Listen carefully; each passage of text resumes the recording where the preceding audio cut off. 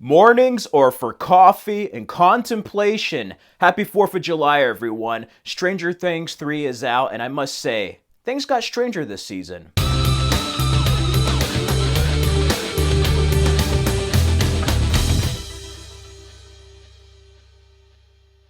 Hello, everyone. Stranger Things 3 is out, and I must say, I loved it. I'm a big fan of the first two seasons, and even though some of those other seasons were better overall than this one, I would say, I still enjoyed this. It is a superb season. It's a different show.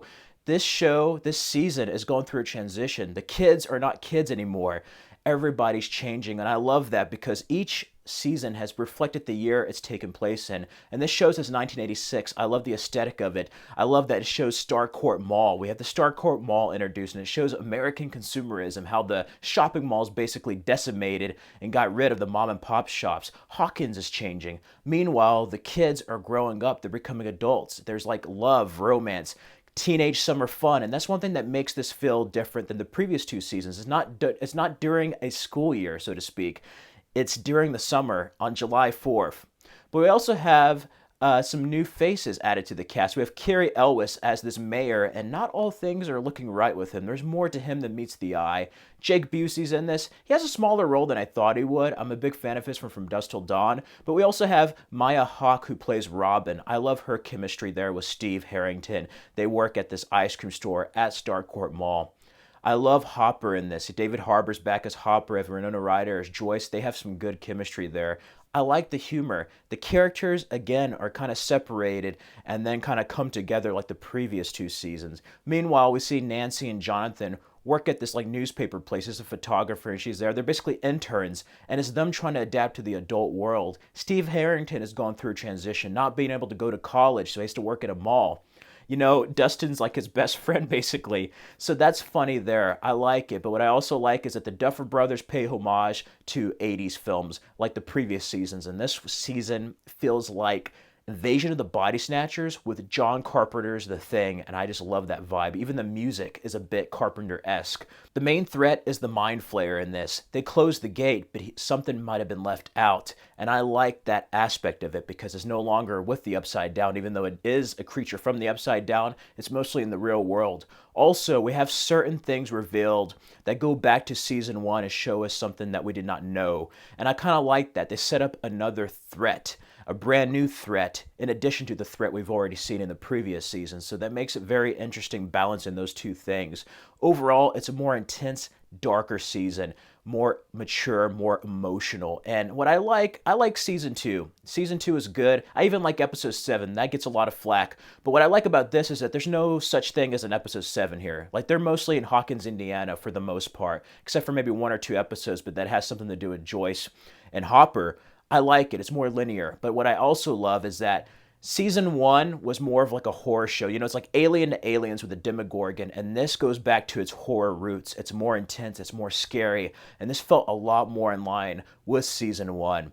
And also, going with the movie motif, there's certain parts, certain characters that kind of remind me of the Terminator in this. It's interesting for the 4th of July, and if I had to give Stranger Things 3 a score, I would give it an A. It's amazing. I think the first two seasons might be better overall, but this really comes home at the end. The beginning's really just kind of like a teenage comedy, them growing up. There's a lot of maturity there. Moving on. This season, overall, the theme is change. It kind of closes some doors while opening other doors for possible future seasons.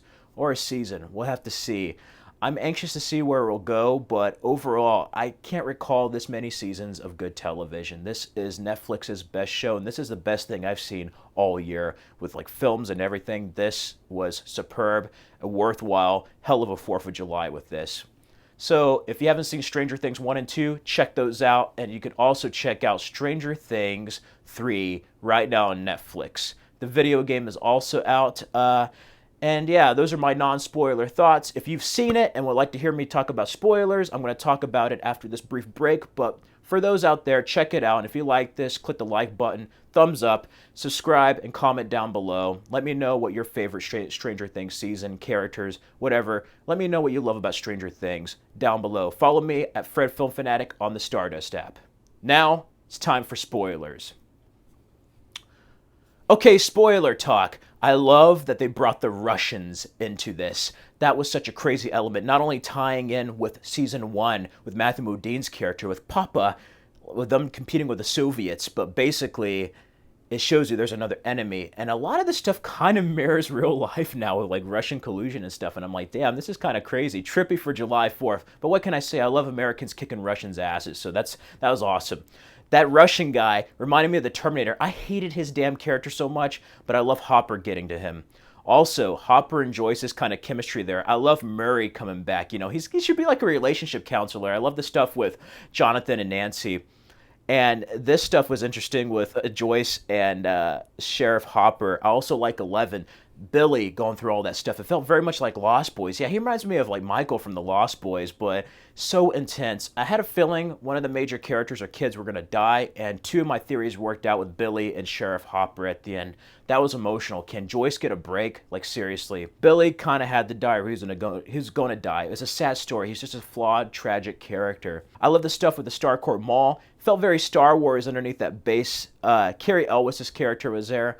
Overall, the beginning was really good. I liked the aesthetic, but it felt very different. I think I like the first two seasons a bit more, but this is just a different season, so I think I'm going to enjoy it more on repeated viewings. But that ending, man, so many applause-worthy moments of saves, whether it's like Steve crashing to Billy's car, the freaking Satan's rocket thing with like the cherry bombs going at the mind flare, that was nuts.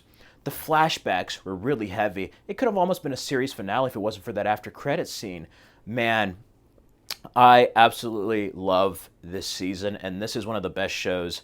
Spoiler thoughts, it was a lot to take in. It really was. I love the soundtrack. I love the intro, how they add numbers. It feels like I'm watching a 6.5-hour movie.